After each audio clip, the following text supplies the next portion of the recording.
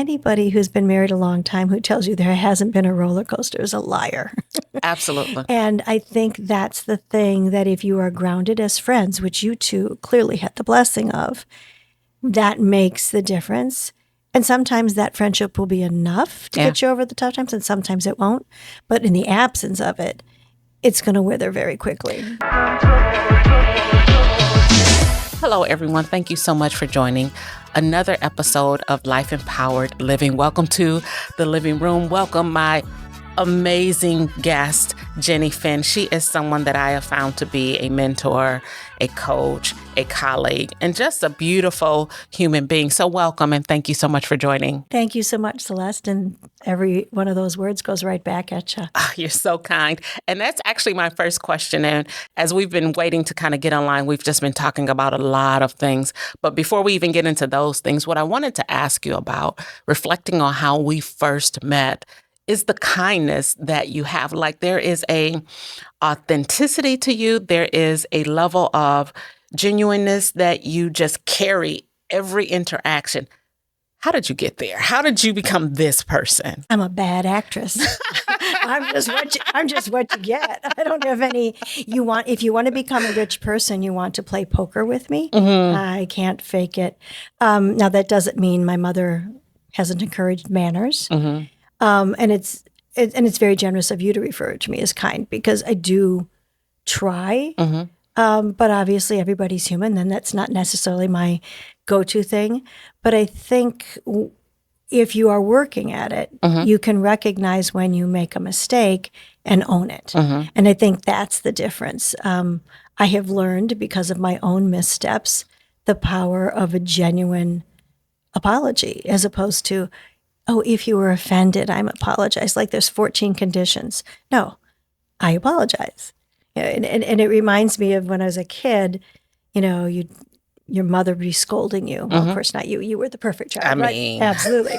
But my mother said, you hurt Susie's feelings. And of course, defense is, well, I didn't mean to. It was an accident. And she'd say, I'm glad you didn't do it on purpose.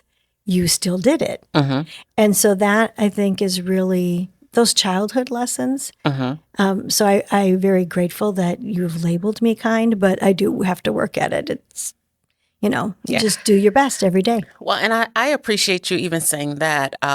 One of the things that I've been really just spending time reflecting on is intentionality. Right.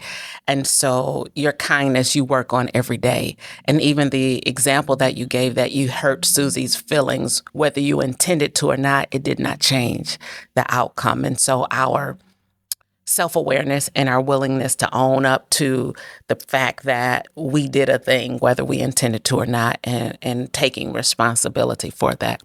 Now, I love that. But then on the other side of it, you think about the, what do they call it? The consolation trophies, where you didn't earn it, you didn't intend, but you get this consolation prize anyway. Do you subscribe to that? It's so odd that you ask, because I have gotten many consolation prizes, but because they've turned out to be so positive, the last thing I think of them is consolation. So I have this accident of fate thing that's happened over the last 10 or 15 years professionally, where I step into a role, somebody else exits, and then I'm asked either permanently or temporarily to step into that role, which has happened to me quite recently at my job at the MATC Foundation. But I don't see it as a consolation. I've felt flattered that I was perceived as competent enough to step up. Now, I also don't want to pretend I'm all that in a bag of chips, because it's not as though that we had 10 people to choose from, right? But it really, it isn't a consolation once you go, oh, okay. And then you're like, okay, what is the good I can do for this time period right now? And it's really kind of self-serving, because it's a very joyful experience.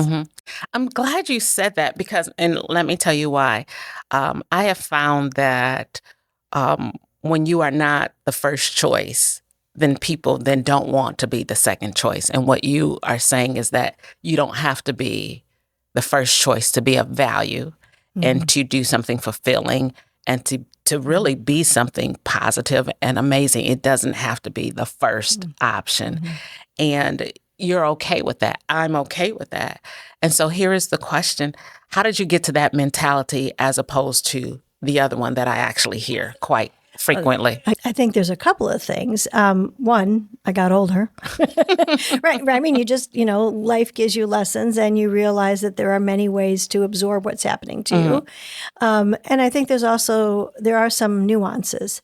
So when I'm in the race and trying to be that first choice and not being that first choice, that's a different feeling than when you weren't in the race, at least consciously. You were just doing whatever you were supposed to be doing, often as the partner to the person who is the number one. And then they make a choice that changes their life and yours.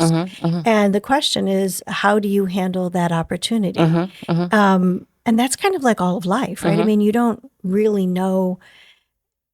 That's the thing, I guess, is about, quote, growing up, right? When you're 22, you think you can script absolutely everything. And I don't think that's a bad thing because it gives you drive and it gives you a sense of curiosity, etc. And then life tells you in different ways that, yes, some of the things you script are going to work and some are not. Yeah.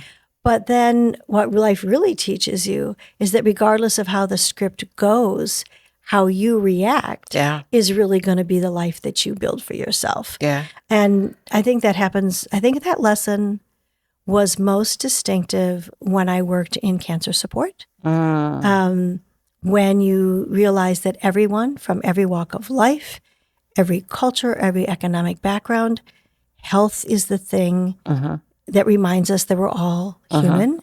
And people who have had nothing but control of their lives become seriously ill and realize they have to let someone take care of them. And watching how different people coped with that experience and being of some support during that, I think those were some of the best lessons, some intentional and conscious, and some you just kind of absorb.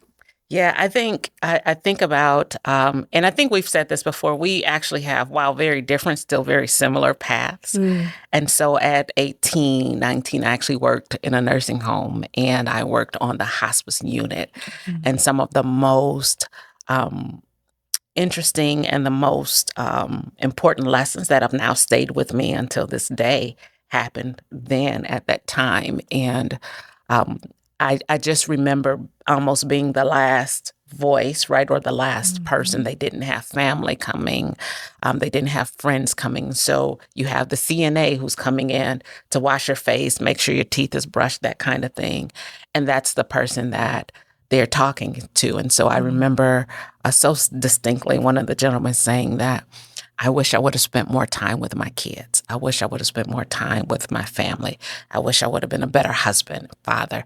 And to hear that enough times, to know that no one says, boy, I wish I would have worked a little bit harder, right? Or boy, I wish I would have really gotten that project off the ground for that company. That's never where people are. And I think that those are the lessons that help anchor us in what's next for us.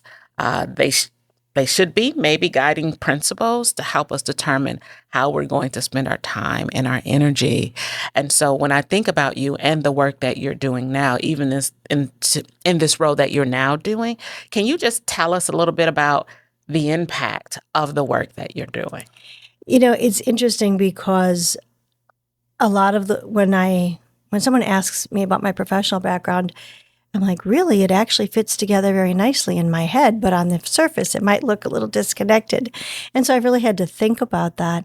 And no matter what it's been, it has had a tie to education, even if it hasn't been formal education. So, right now I'm working at Milwaukee Area Technical College at the foundation. And very specifically, our primary role is to bring financial support to our students for scholarships and their supplies that they need for class and things like that. Some of the wraparound services as well. In addition, we also support college initiatives, working obviously with the president of the college and whatever the strategic plan prioritizes. But working in breast cancer support was also about educating making sure that the women, sometimes the men, and their families and friends had the right information and access to it so that they didn't feel like they were in a quandary. And all the other work, even when I was at YWCA, it was about educating people about the genuine history of this country, not telling them what to think about it, but just making sure that they had the entire history there. And that all oddly does connect to the fact that I'm a lawyer, because lawyers never stop learning. We're just really curious. We always want to read. We always want to learn. And then you realize there are all these different ways to learn. So there's always been an educational connection, whether it's volunteer or work. So I think, one, that's a through line. But it's also very interesting that you mention your early experience with hospice, because even though some of the things that have happened in my life haven't been my choice, but opportunities opening up, one of my very deliberate choices is figuring out what is next. And a few years ago, I started inching with one class at a time toward studies for a hospice chaplain. And so because I'm still working full time and have other obligations, I will not be in school full time, and this will not happen instantly. But in a few years, I will get there. And that is what my next over the horizon is. And it still has an education tie because I'm continuing to learn. But I agree with what you said. You learn from folks when they are reflecting. And this whole next step for me, I learned because I volunteered at hospice and learned from people just the way you described. I love that. I'm not a lawyer, but I think the thing that we have in common as well is that we're both life learners. And now, if I were just to spin you to where you are today and had you look back, what's something that you now know that if you could tell your younger self, you would? What would that be? Well, the practical thing is they're not kidding about exercise. And I don't mean that facetiously, and I don't mean that about body beautiful. I mean, do your stretching. Just like they joked you should floss your teeth, you need to stretch to keep yourself nimble and flexible. And it's not a joke. And as long as you do that, it doesn't take a lot of effort. You really can actually physically enjoy every day. You can move around. And I think the fact that I started taking that seriously about 20 years ago has really paid off. Now, a more serious conversation. What could I tell my younger self? 37th and Lloyd was a great place to grow up, despite the fact that it wasn't a perfect place to grow up. And you are going to be more prepared for life than most adults that you meet. Dig into that. So, I mean, it won't mean much, I suppose, to anybody who isn't from Metro Milwaukee, but I'm of an age that 37th and Lloyd, way back in the day, was one of the handful of places in Milwaukee that was relatively integrated. You know, Milwaukee is so segregated, and certainly was even more so then. But this was just had to be a neighborhood because it was apparently transitioning. What did I know as a kid? You had folks from all over, including a couple of Cuban families, because this was just 10 years or so after the Cuban Missile Crisis. So you had refugees, I don't know if that's the right word, but people who had come here to escape that situation. And, you know, you're just kids and you just play in the neighborhood, etc. But of course, the adults were having different conversations. And so it was clearly in the 70s and 80s was the height of white flight in Metro Milwaukee and certainly other communities. And I remember many a night, especially in the summer, when there'd be a knock at the door and my father would get up and you could hear raised voices and he'd come back to the table. And when I got older, maybe a year or two, I was probably junior high by the time my parents started telling me what was going on. These were always men. It was the 70s and 80s, men at the table telling my father that he needed to sell the house because Black people were moving in, and that was going to change the values of the property. And of course, now, decades later, we know that this was a concerted effort between real estate agents, banks, and insurance companies. But what ended up happening is that we had a parish priest who apparently sat down the families, including my parents, and said, "Please don't leave." And I didn't understand any of this till later on when it was explained to me. And even then I was still a kid, so I'm sure I didn't understand all the nuances. We had been looking for a new house. We were 6 kids in a small house. And my parents, we lived near Washington Park, and they were simply looking on the other side of Washington Park because there were more single-family homes on that side, whereas the architecture on our side of Washington Park had a lot of duplexes. And so there just were more choices over there. And suddenly we weren't looking over there anymore. We were only looking immediately in our neighborhood. And when we did move, we moved 2 whole blocks. And I never knew why until I got older. And my parents and these other families just said, enough, we're not doing this. This is not a Christ-centered response. And in some ways, people would say the price they paid. Of course, when crack came to the city, it devastated that neighborhood and other neighborhoods, not just that neighborhood. And it was also on the south side, which was still segregated. So that was a devastating epidemic that just tore the city apart. But when my parents moved, we moved them to a smaller home. They couldn't do stairs anymore, which is the only reason they were willing to move. There were so many families still there, grandmas and grandpas still there 30 years later. And it was the kids I grew up with. And I know those who looked down on me. It's like, you're from where?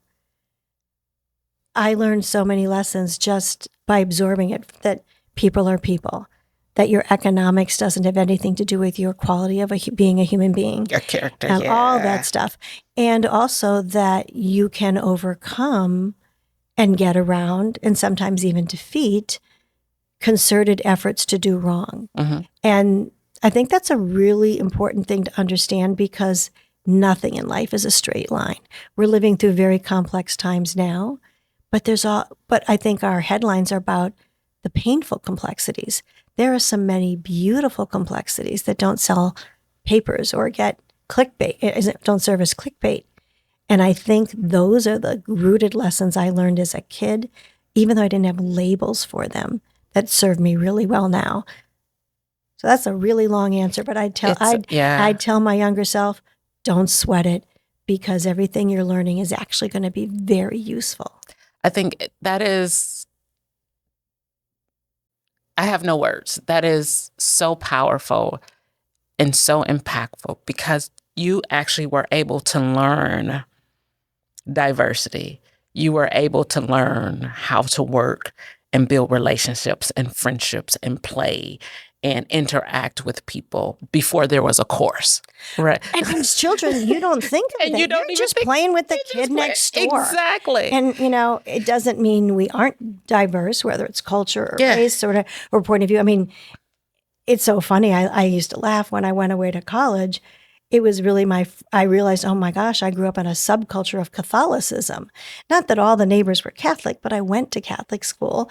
Most of the kids were Catholic. And you don't realize that that's a particular lens on the world until you're opened up. And they're like, oh, doesn't mean that lens is wrong. It just means that there's a kaleidoscope of lenses that we've been given. Yeah. And being able to be exposed to more than one is really fascinating.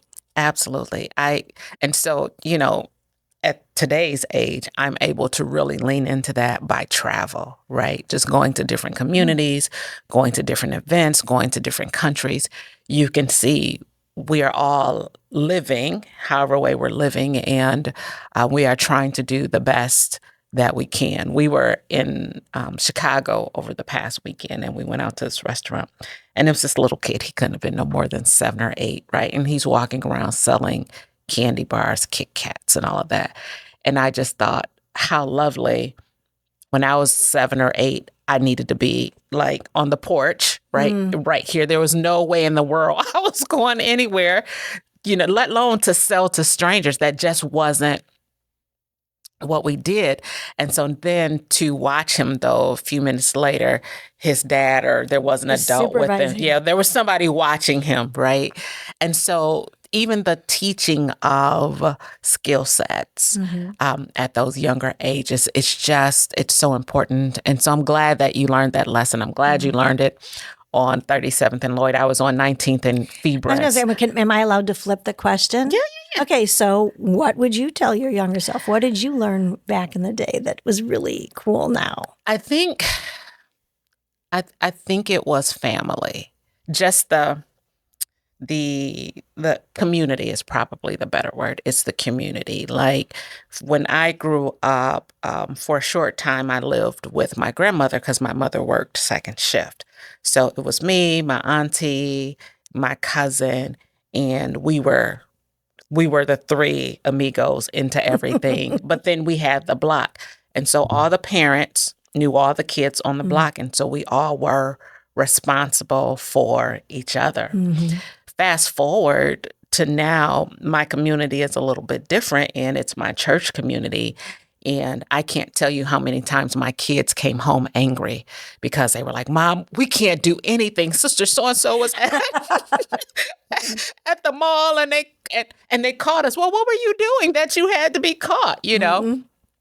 And so one of my favorite stories is we had this gentleman that went to our church. He's now passed away, but we called him Big Fred, and he was Big Fred. He was literally Huge. 6-something, big guy. My daughter's a teenager, and she's on a date. Big Fred don't care. So Big Fred walks up to the table with her, and she's 16. We know she's on a date, but he don't care.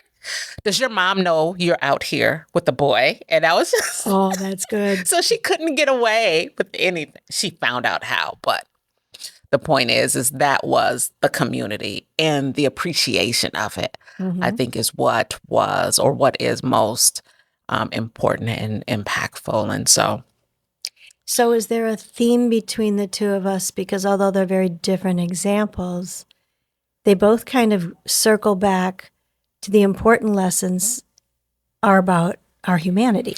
That's what it all boils down to. Even for me, I'm literally out and I'm just watching like, yep, they're being people. They feel, they don't look like us. In the research, so I think you know that I'm in school for my doctorate of strategic. Yes, I can't wait to celebrate. Yeah, me too. But in my research, I'm just learning how, first of all, the research that I'm doing around leadership and communication and the research that's being done, the research that I'm studying, it's from all over the world. And so for me, that's very interesting. And then the other piece of that is that people want to take care of their families. People want to take care of their loved ones. People want to do well in jobs. People want to elevate in their careers. And so just to see the different perspectives is that we all just want to show up our best possible way.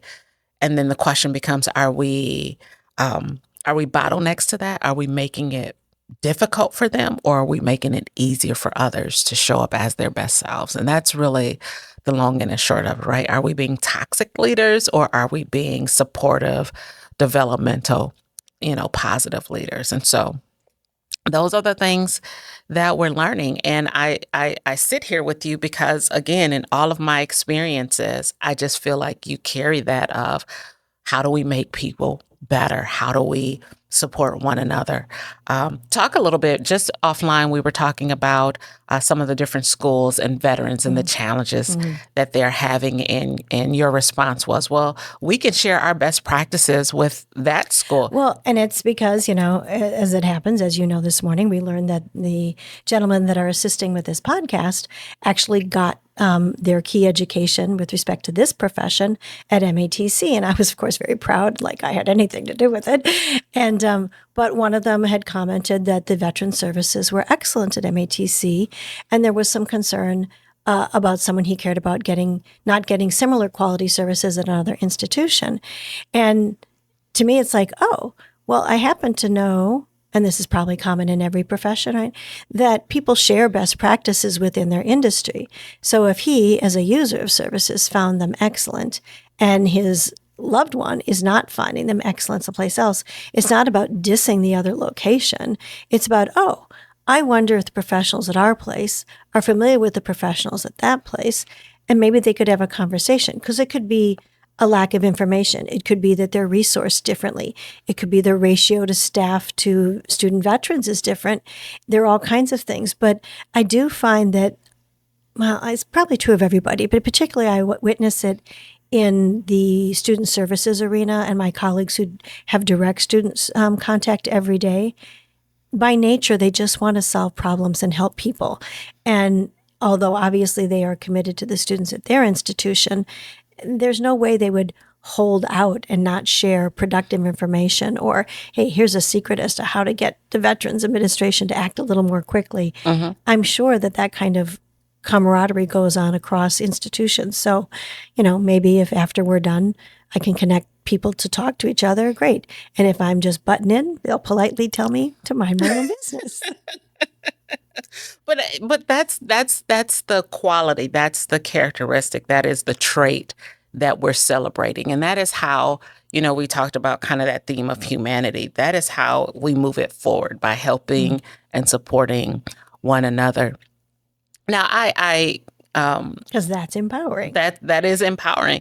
And I was going to say, I ascribe to you, and I've never said this to you until today, but as a mentor, because I watch, I follow, I pay attention to your interactions, not only with me, but with others. Who do you go to, or who do you look for in a mentor? Well, it's interesting to say that, because that is actually one of the odd things of serendipity.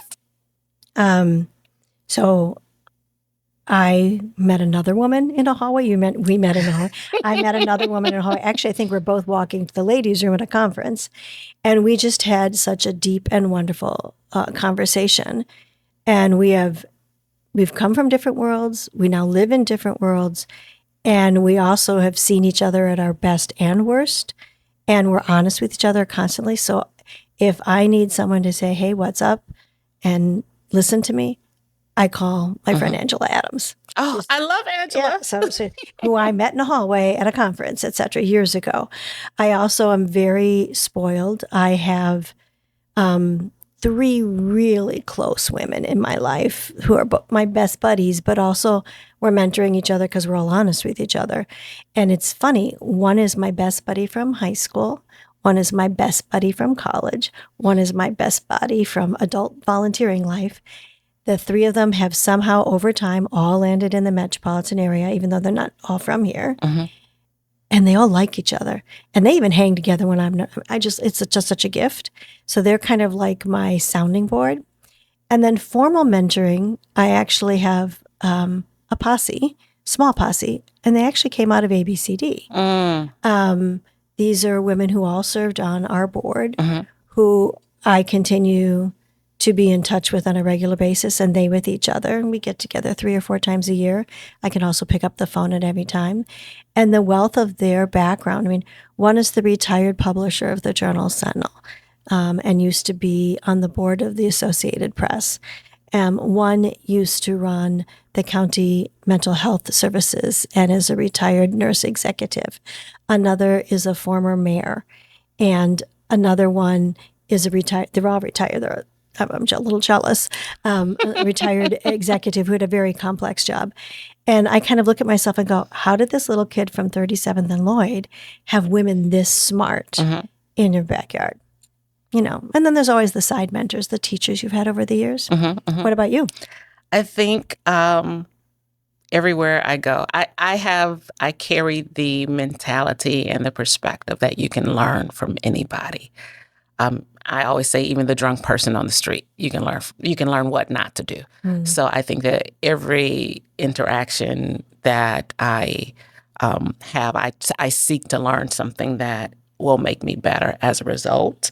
But more specifically, there are some older members of my church that I connect with, that I just listen to. I have my husband. I'm always brainstorming, and I'm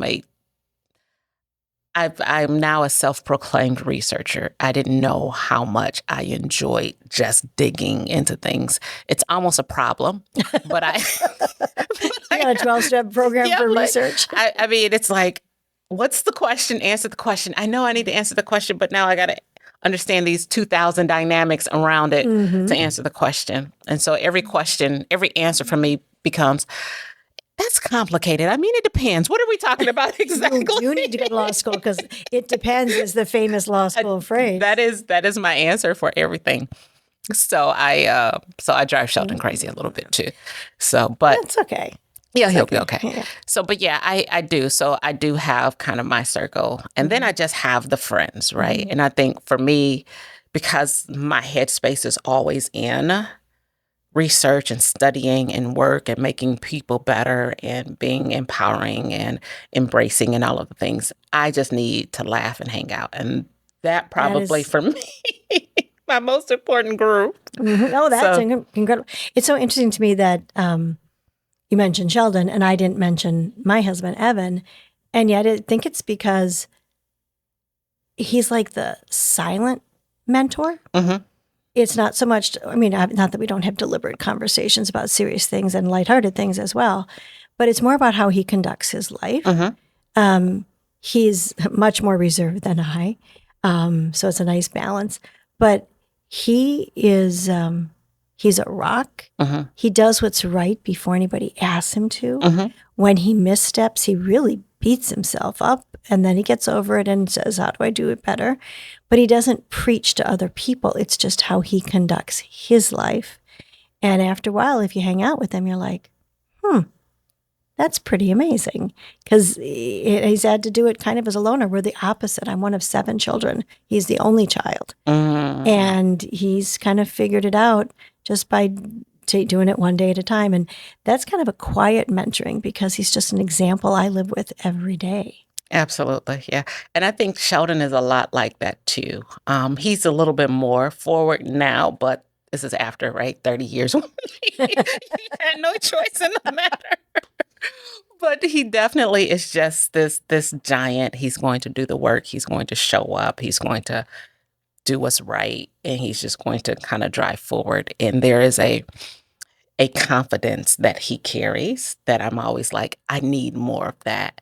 And so what I have found is I also try to intentionally be around more men because I don't care if they can't do anything, you will never know it. There is just this confidence that isn't that true? It's just so weird. And I love it. And I'm like, I need that. And the thing is I actually can do the thing. Well, isn't that they always say about women is that if you read a job description and a man can do 75% of it, he'll apply. Right. And if a woman can't do 110% of it, she'll put it aside. Exactly. And so I've learned that about myself. And so this journey, as I talk about learning from others is also right about our own self-awareness and what we are learning about ourselves so that we can show up better as well. And so, yeah, he's just amazing to me. But when we think about kind of your journey, and now that we're talking about Evan, what is your love story? Oh, my goodness. Oh, my God. Well, so I guess it's that classic opposite of meet cute where we didn't like each other at all when we first met. So instead of one of those things. So Evan had different majors. So even though we're the same age, he was trying to figure out what he was going to study. And so because of that, he, although we were the same age, he had not graduated yet. So I met him my first year of graduate school when he was finishing his senior year. Luckily for me, one of the things he had investigated was landscape architecture, and the lighting class for landscape architecture was taught by the theater professor. This was all at Purdue. He moved on and went into computers, but he loved lighting. He just found it fascinating, and he loved doing things with his hands. And so he would volunteer to work on all the theater light hangs for the student productions. And so I was a first-year graduate student, and I was a production stage manager. And day 3, I'm in school, and I'm supposed to be supervising a light hang. And it's 7:00 on a Saturday morning. No college student likes that. And the one thing they had drilled into my head as a newbie is that nothing starts before 7 because that's when the insurance kicks in. They have a special rider, so nobody on a ladder or anything till 7:00. So I barely roll out of bed, put sweats on, no makeup, my hair's in a ponytail. I'm really short. Go off to the theater. I look like an 8-year-old. And they're all on ladders, and this man is telling them all what to do. And I'm looking at my watch, and it's 10 to 7. And I was like, what's going on here? And this guy comes down and goes, hi, my name is Evan. I'm the master electrician. Can I help you? And I'm like, yeah, I'm the production stage manager. Get them off those ladders now. And he looked at me, and you could tell he's like, this 8-year-old, what's going on? So that was how we met. I love it. And we knocked heads a little bit that morning, but light hung went fine, and everybody was fine. And then we worked on a couple of shows together, and we were buddies. We were a group of folks that just hung out together. And then 6 weeks before we were both supposed to graduate, he sends me flowers, and we start dating. And so 6 weeks later, we're like, So I go off to my already secured job in Richmond, Virginia, and he goes off to his job in San Francisco. This is before cell phones and all that stuff. So after very expensive phone bills and the reality, one night he's like, look, I have a job in corporate America. I have a nice paycheck. You work in the theater. You need a new contract every 6 months. San Francisco is not exactly a small town. There's got to be something going on here. If we're going to give it a try, I think you should move, not me. Like, oh, how romantic. So I did. And we decided in short order that this was going to be for life. I think my mother decided this was going to be for life. I like Mom. Because I was so broke, I couldn't afford an eye exam, an annual eye exam. And I clearly needed in glasses. So he paid for my eye exam and my glasses. And my mom's like, oh, he's wonderful. He's perfect. You need to marry him. I feel like that was a clear sign. What about you? I think that was a clear sign. Sheldon and I met at 4. Oh, I think you told me that once. Yeah. We met at 4 and 5 elementary school. We reconnected at 15. I don't know if you were there for that part for our 30th. He told the story again, and he's so funny that he remembers the name of the guy I was dating when I ran into him at the mall. And he called his name out. He had it out for this guy. And he was like, and tell so-and-so I won. I was so embarrassed. But nevertheless, 15, we started dating at 15. 17, we're as serious as 17-year-olds can be. 18, he's military. He goes off. I am like, well, maybe this isn't the thing anyway. He's gone. I'm here. I'm going to college. This is when I'm supposed to be living my best fun life, whatever that means. And then he kind of said, no, I think we're going to get married and we're going to stay together. And so 17, he said that. 18, we were married. And that was, that's a leap of faith. Yeah, 34 years later. Yeah, usually when I do my conferences, I always say we take risk every single day. Leaving the house, we take risk. And when we marry, we take a risk. We're just living. But I think that is such an important part because I think I've seen so many couples enamored with the idea of getting married. And it doesn't mean you shouldn't be enamored of the idea of getting married. I mean, after all, if you can't say yippee as you walk down the aisle, you are doing the wrong thing. Right. But there needs to be some understanding and seriousness because, I had a girlfriend who was so funny. When I met her, she introduced her 2 children who were 11, 12 years apart. And she said, this is so-and-so and this and so. So yes, same marriage. And I just looked at her and she said, oh, anybody who's been married a long time who tells you there hasn't been a roller coaster is a liar. Absolutely. And I think that's the thing that if you are grounded as friends, which you two clearly had the blessing of, that makes the difference. And sometimes that friendship will be enough to get you over the tough times, and sometimes it won't. But in the absence of it, it's going to wither very quickly. Yeah, and I think, too, today, I think we have an additional challenge of all of the perspectives and perceptions of what marriage looks like on social media. And so if I am not being wined and dined nonstop, if it's not all fun of smiles and bubbles and ice cream all the time, then there's something wrong. And that's just not the case. You have to be anchored. I say you have to be committed to the commitment of marriage. Sometimes you don't even like the person, but the commitment. Yes, it's committed to marriage. It's like, okay, I remember I used to like you right now. But, it's interesting, the whole thing about whining and dining. I do find that so interesting because I know folks who, they would run up their credit card to chase after the woman of their dreams. And I'm like, why? and I really think it's this commercialization of what it's supposed to look like, which is hysterical. I remember my parents met at Marquette, both from out of town, whatever, and they're on scholarship, so they don't have. Actually, my dad was there on GI Bill. Now that I think about it, my mom's on a scholarship, and they're fancy. They went out to one fancy dinner. They got on the bus and went out to what is Wauwatosa, to the Blue Mound Inn, which was a fancy place because it had cloth napkins. And what was really sweet is that's where they would go for their anniversary for years and years and years, because it was their first and only fancy date. It's the only one they could ever afford. Absolutely. Absolutely. And you know what's so funny? I'm glad that you mentioned that. I spent about 10 years in banking, and I was a victim teller in a robbery. And so being part of these robberies, they sent us to this training, and they had a guy who was a reformed robber facilitate the training. Really? They do that? Wow. They did when I was there.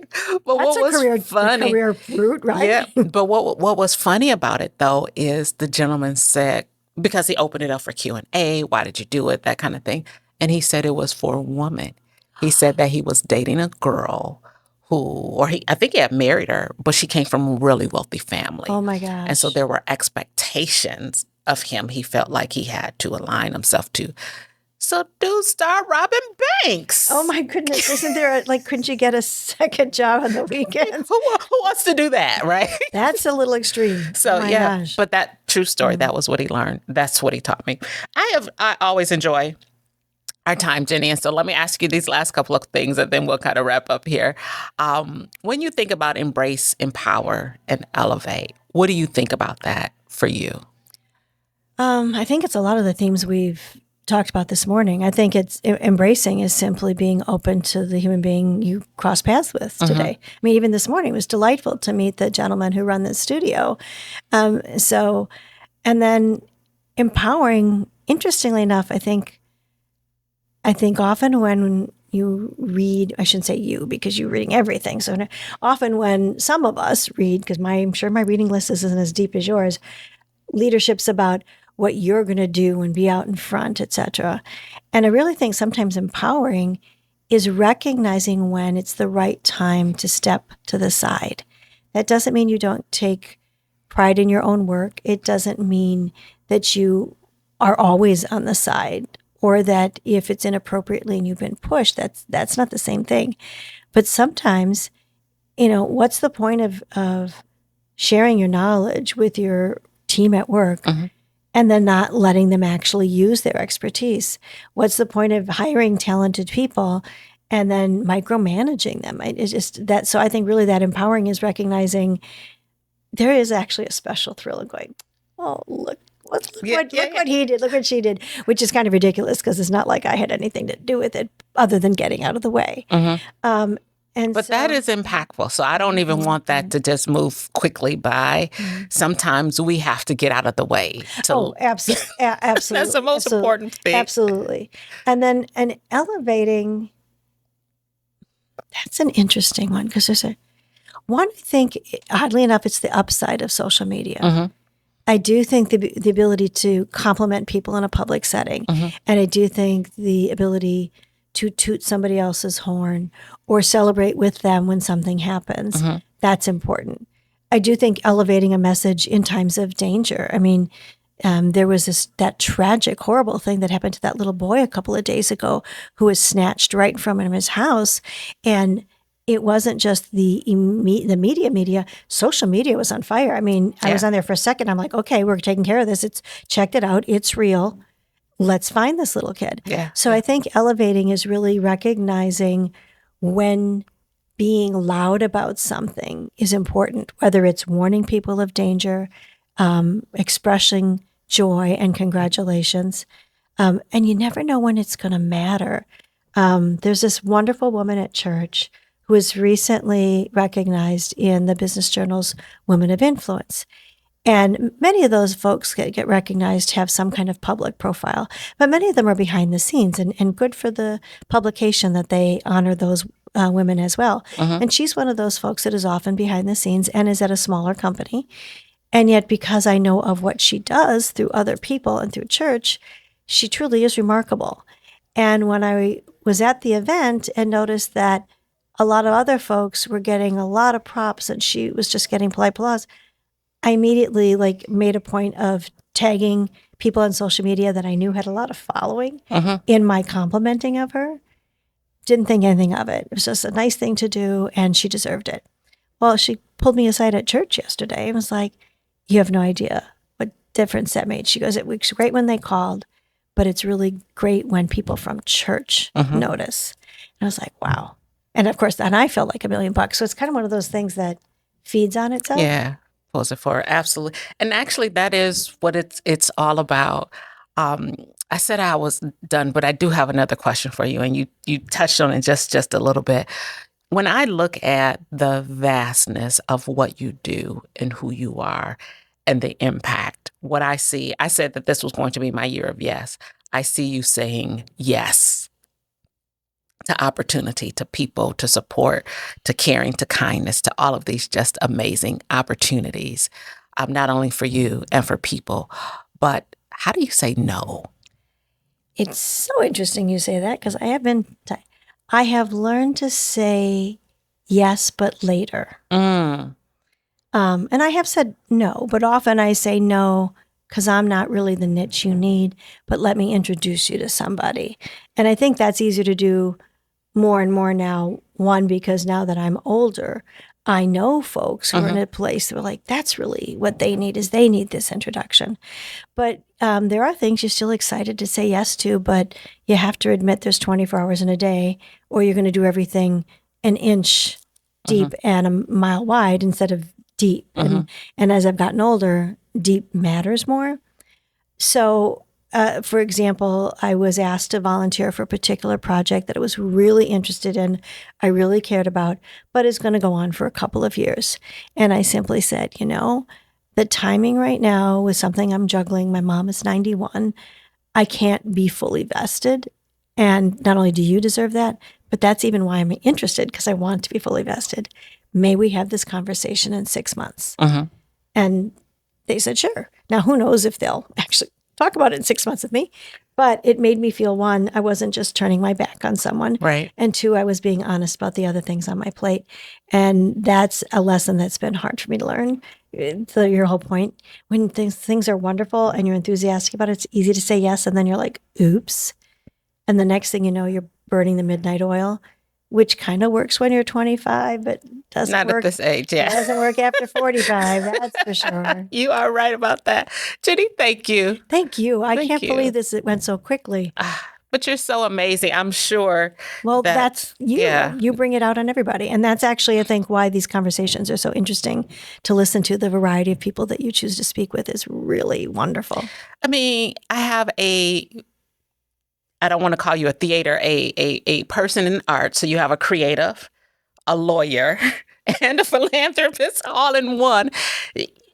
This is, but I think. And opinionated. So there you go. And a person with an opinion. Absolutely. We need it all. And I think that that's the value of it, though. I think that's the value of hearing your voice, hearing your perspective, hearing your experience, because a lot of times we only get to see what we see in that snippet. And there's a totality that shapes you, and what you've given us will further shape us. And so thank you. I'm just so honored and privileged again that you would even take the time out to do it. As am I. Thank you so much for this morning. It's been a great way to start the week. Yes, we're going to have a great week. So thank you all as well for joining. And please remember, live life empowered. Take care. Goodbye.